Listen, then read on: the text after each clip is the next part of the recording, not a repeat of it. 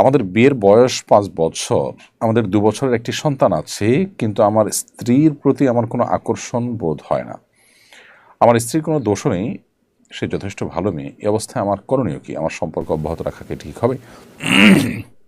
দেখুন, এই ইস্যুতে আপনাকে সিদ্ধান্ত নেওয়ার আগে একটা দীর্ঘ সেশন নেওয়া উচিত, বা একাধিক দীর্ঘ সেশন নেওয়া উচিত ভালো প্রাজ্ঞ কোনো আলেমের কাছে, যেখানে আপনারা উভয়ে থাকবেন এবং আপনাদের উভয়ের সুবিধা অসুবিধাগুলো সব আলাপ আলোচনা করবেন। তারপর আপনাদেরকে সিদ্ধান্তে আসতে হবে। বিবাহ বিচ্ছেদ বা সম্পর্ক ইতি টানা, এই বিষয়টা এতই গুরুত্বপূর্ণ যে এটাকে আসলে সংক্ষিপ্ত কোনো প্রশ্নোত্তরের সেশনে প্রশ্ন দিয়ে 10-20 সেকেন্ডের কোনো রিপ্লাই পেয়ে আপনি তার উপর ভিত্তি করে সম্পর্ক ছেদ করে ফেলবেন, বিষয়টা সেরকম নয়।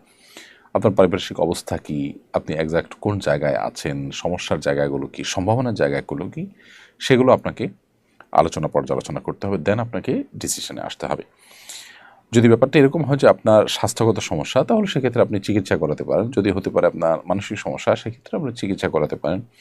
ট্রিটমেন্ট অ্যাবল যদি না হয়, এদিকে আপনার স্ত্রী এভাবে চলতে থাকলে তার চরিত্র নষ্ট হওয়ার উপক্রম হয়, তাহলে সেক্ষেত্রে আপনাকে বিবাহ বিচ্ছেদের দিকে যেতে হতে পারে, তার চরিত্রকে হেফাজত করবার প্রয়োজনে। এজন্য পরিস্থিতি কি আছে না আছে সেটি আলাপ আলোচনা করে তারপর আপনাকে সিদ্ধান্তে আসতে হবে।